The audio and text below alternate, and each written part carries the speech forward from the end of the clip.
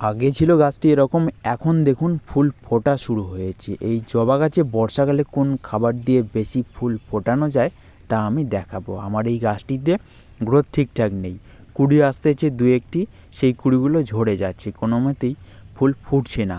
তো দেখুন এখন আমি এই গাছে খাবার দেব যেটাতে আমার এই গাছে বেশি পরিমাণে ফুল ফোটে এবং এই গাছের গ্রোথ আরও ভালো হয়। তো খাবার দেওয়ার জন্য গোড়ার মাটি আগে পরিষ্কার করে নেব, আগাছা থাকলে হবে না, এবং গাছের গোড়ার মাটি যদি একটু ভিজে থাকে তাহলেও কিন্তু কয়দিন অপেক্ষা করতে হবে।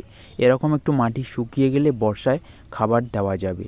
তো এখন কিন্তু অতিরিক্ত মিক্স খাবার দেওয়া যাবে না, মিক্স খাবার একটু কমিয়ে আরও আপনারা রাসায়নিক সারের সঙ্গে যুক্ত করতে পারেন। দুটো একসঙ্গে মিশিয়ে হালকা পরিমাণে দিলে বর্ষাকালে এই গাছে ভালো ফুল পাওয়া যায়।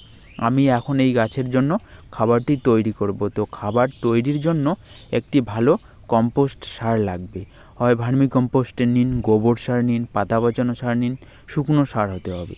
তো দেখুন এই গাছটির জন্য আমি 2 মুঠো সার নিয়ে নিলাম, এটা শুকনো গোবর সার। এখন এর মধ্যে আমি ওই যে রাসায়নিক সারগুলো এগুলো সামান্য পরিমাণে মেশাবো। বর্ষায় অতিরিক্ত মিক্স খাবার গাছের গোড়ায় দিলে ঘন ঘন বৃষ্টির ফলে সেই সারগুলো পচে গিয়ে ফাঙ্গাস লেগে যায়। তো এর জন্য একটু অসুবিধা হয়, গাছের গোড়ায় শেকড়ও পচার সম্ভাবনা থাকে।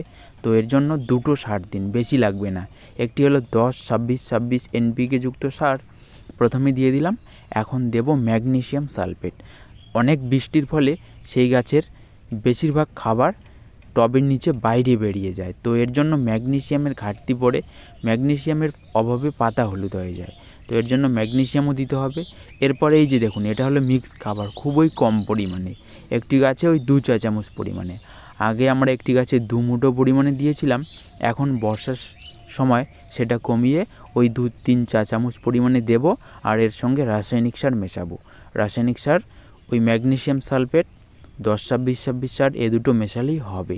পুরো খাবারটি আমার এই এখন গাছটিতে দেব।